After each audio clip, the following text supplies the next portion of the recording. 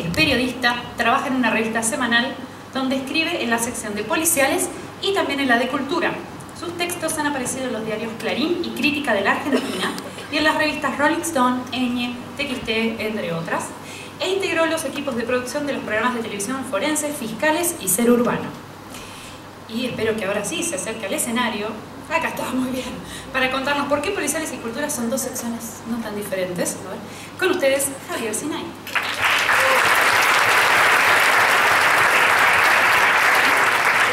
Bueno, gracias. Es difícil hablar en lugar de un personaje tan popular como Margarita, pero vamos a empezar con estos personajes populares. ¿Qué tienen en común? Gilla Murano, El Gordo Valor, Robledo Puch. Son tres leyendas del crimen. Dos son viejos, uno no. Dos son asesinos, uno no. Y lo que tienen en común es que sus vidas han sido objeto de grandes piezas de periodismo narrativo o de crónicas. Estos son algunos de los primeros referentes del género. Roberto Alt, Rodolfo Walsh, Truman Capote y Albert Londres contaron vidas de criminales, hicieron periodismo policial y no lo hicieron derramando sangre o a través del morbo. Eso es lo que yo vengo a reivindicar, otra manera de hacer periodismo y en especial periodismo policial. El género policial está en auge en Argentina de nuevo, suele tener alzas y después desaparece, y este año hubo dos festivales de policiales, de literatura policial, de ficción y de no ficción.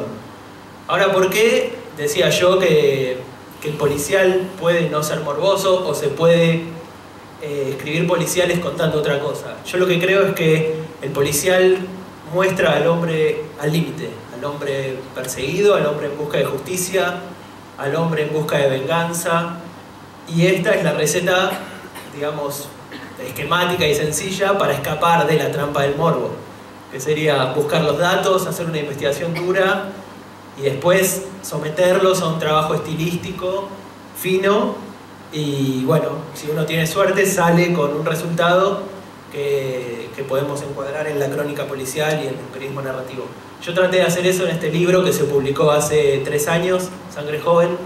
Conté 6 crímenes protagonizados por jóvenes, crímenes argentinos recientes, y lo que traté de hacer era trazar un mapa generacional de los nacidos en la década del 80, que también es mi generación, y contar un poco en qué mundo se mueven o se movieron cuando aún estaban vivos las víctimas y cuando aún estaban en la calle los victimarios. Por ejemplo, partir de este caso, que lo vemos un día así en el diario, un caso común, y contar cómo era la vida de esa chica acusada por ese crimen y cómo era la vida de su víctima. O meternos en ese aula en Carmen de Patagones, donde un chico al que le decían Junior empezó a los disparos, mató a 3 de sus compañeros, hirió a 5. Entonces ir al pueblo y ver qué quedó de eso, ver cómo se llegó a eso, y tomar al crimen simplemente como un punto que sirva de excusa para hablar de la sociedad. Y cuando estaba terminando con ese trabajo me llegó este mail, que me lo mandó mi papá y que me contaba que mi bisabuelo en 1947 había escrito un artículo que se llamaba Las primeras víctimas judías en Moisesville, y que contaba una serie de crímenes también. Este es mi bisabuelo, se llama Mijla Cohen Sinay, y yo no sabía nada de esto, ni siquiera su nombre, casi nada, y me sorprendió mucho. Entonces me pareció que si iba a ese artículo, si iba al pasado, los crímenes, aquella serie que él había escrito como un artículo de memorias, también me podían hablar de otra cosa, y podían ser la excusa para contar cómo este pueblo, este es el pueblo actual, cómo se fundó en el año 1889, con un barco que trajo 800 judíos rusos totalmente desplazados y con una vida miserable, y cómo eso sirvió para dar pie al nacimiento de la comunidad judía argentina.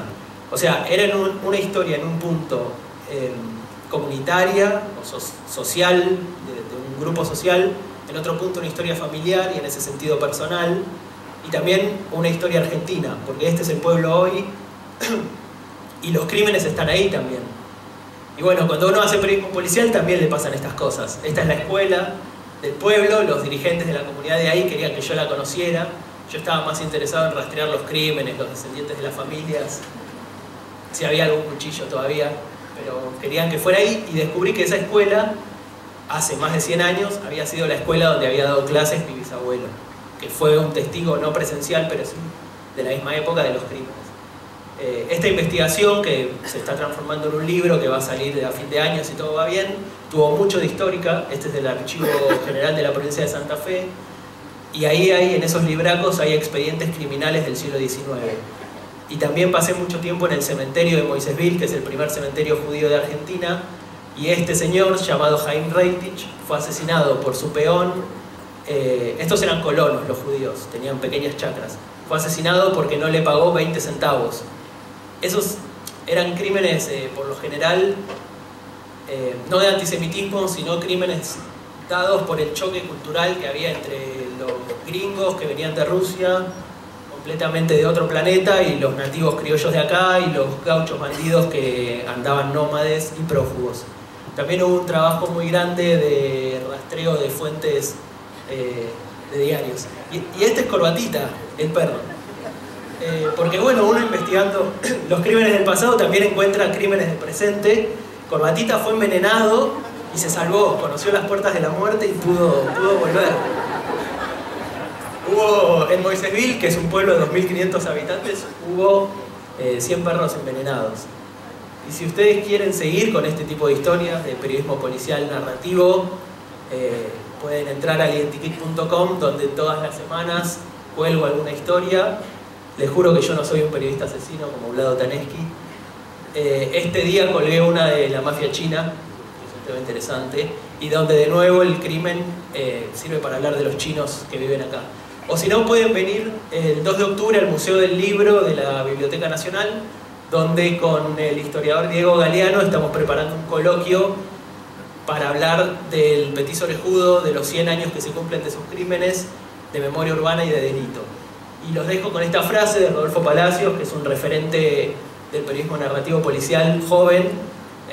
Yo tengo grandes referentes y referentes amigos, y Rodolfo tuvo la suerte de poder entrevistar a las primeras personas que vimos: al Gordo Valor, a Gilla Murano y a Robledo Puche. Gracias.